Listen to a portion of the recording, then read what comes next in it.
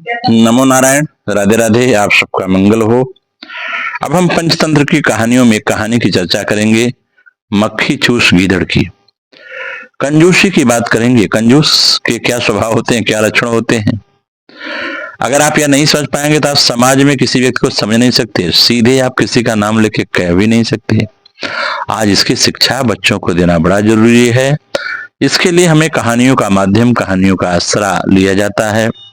और कहानियां जो होती है मोटिवेशनल, वो व्यक्ति को मोटिवेट करती हैं। बचपन से उन कहानियों की छाप पड़ती है। जैसे रामकृष्ण की कहानी सुन के शिवाजी इत्यादि मजबूत हुए, वैसे इन कहानियों के माध्यम से हमारे जो संतानें हैं, जो बच्चे हैं, या स्वयं हमें भी सीख मिलती है। आइए उसी की चर्चा में हम मक्खी चूस गीदड़ की चर्चा करते हैं। एक समय की बात है कि जंगल में गीदड़ रहता था। वह बड़ा कंजूस गीदड़ था, क्योंकि वह एक जंगली जीव था। उसका स्वभाव भी कंजूस का था, इसलिए वह रुपए पैसे कंजूसी की बात नहीं करता था। वह कंजूसी था अपने शिकार का। जो शिकार खाने में काम किया करता था, उसे खाने में भी कंजूसी करता था। जितने शिकार को दूसरा गीदड़ 2 दिन चलाता था, उतने शिकार को वह 7 दिन तक खाता था। 7 दिन तक उसका काम चल जाता था। जैसे उसने एक खरगोश का शिकार किया। उसने खरगोश का शिकार किया तो पहले दिन उसका एक कान खाता था, बाकी बचा कर रखता था। दूसरे दिन वो खरगोश का दूसरा कान खाता था। ठीक वैसे जैसे कंजूस व्यक्ति पैसा को घिस घिस के खर्च करता, जो कंजूस है थोड़ा खर्च करता है, खाने पीने के भी लाले पड़ जाते हैं उसके घर में, उसके परिवार सदस्य को लोग खाना पीना भी भूल जाते हैं, उस मक्खी चूस के नाते, उस कंजूस के नाते।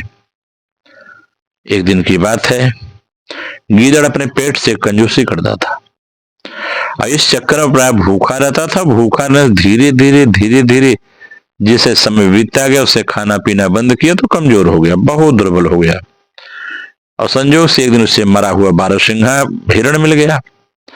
जब बारहसिंगा हिरण मिला तो उसने उसे खींच कर अपनी गुफा के पास लाया, माद के पास रखा और रख करके सोचा कि पहले से सींग को खाया जाए, और हिरण की सींग को खाने का फैसला किया ताकि मांस बचा रहे।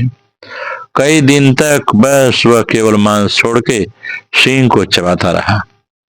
और इसी बीच वह हिरण का पूरा मांस सड़ गया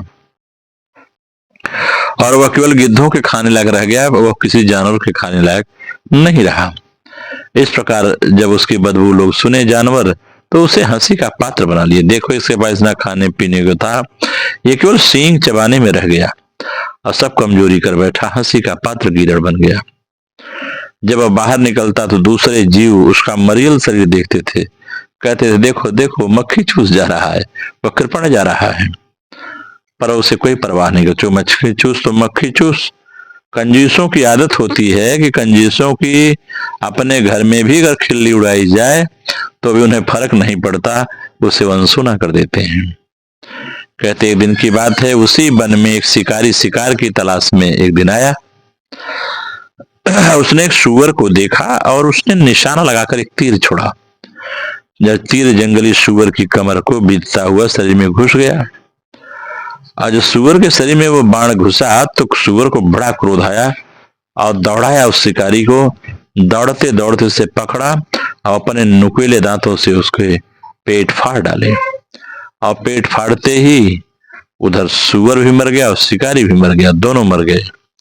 और तभी संयोग की बात है कि उसी रास्ते पर वो जो मक्खी चूस गीदड़ था वो भी निकला। उसकी खुशी का कोई ठिकाना नहीं रहा, उछल पड़ा, वो तो बहुत मिल गया खाने के लिए। शिकारी व सूअर के मांस को कम से कम 2 महीने हम चलाएंगे, हिसाब किताब लगा लिया 2 महीने तक इसको खाएंगे, थोड़ा थोड़ा रोज खाऊंगा, यह बोला उसने। तभी उसकी निगाह जो शिकारी का धनुष था उस पर पड़ गई। उसने धनुष को सूंघा तो धनुष के डोर कोने पर चमड़ी की पट्टी से, लकड़ी से बधी हुई थी। जो डोर है चमड़ी की पट्टी से बधी हुई थी। उसने सोचा ओह, अब तो ये दोनों बचाना पड़ेगा। आज तो इस चमड़ी की पट्टी को खाकर ही हमारा काम चला लेंगे। मांस खर्च नहीं करूंगा, पूरा का पूरा बचा लूंगा, एक दिन और बढ़ गया मेरा। ऐसा सोचकर उसने धनुष का एक कोना मुंह में डाला और पट्टी को चबाने लगा, काटने लगा। और ज्यों ही पट्टी कटी, डोर टूटी और धनुष की लकड़ी पट से सीधी हो गई और धनुष का कोना चटाक से गीदड़ के तालू में लगा और उसे चीरता हुआ उसकी नाक तोड़कर बाहर निकल गया। और मक्खी चूस गीदड़ जो था वो वहीं गिरा, तड़ाक से मर गया। धीरे धीरे उसकी कहानी खत्म हो गई। जो मर जाता है तो इस कहानी से शिक्षा मिलती है कि अधिक कंजूसी का परिणाम अच्छा नहीं होता। आप इतने कंजूस मत बन जाइए कि बचाने के चक्कर में जो बचाई हुई वस्तु है वो भी नष्ट हो जाती है और न खाने पीने से आप स्वयं कमजोर होकर नष्ट हो जाते हैं। इस प्रकार वस्तु भी नष्ट हो जाती है और व्यक्ति स्वयं भी नष्ट हो जाता है। इसलिए ज्यादा कंजूसी जीवन में बड़ा ही घातक होती है। व्यक्ति को अपव्ययी होना चाहिए लेकिन कंजूस नहीं होना चाहिए। नमो नारायण। राधे।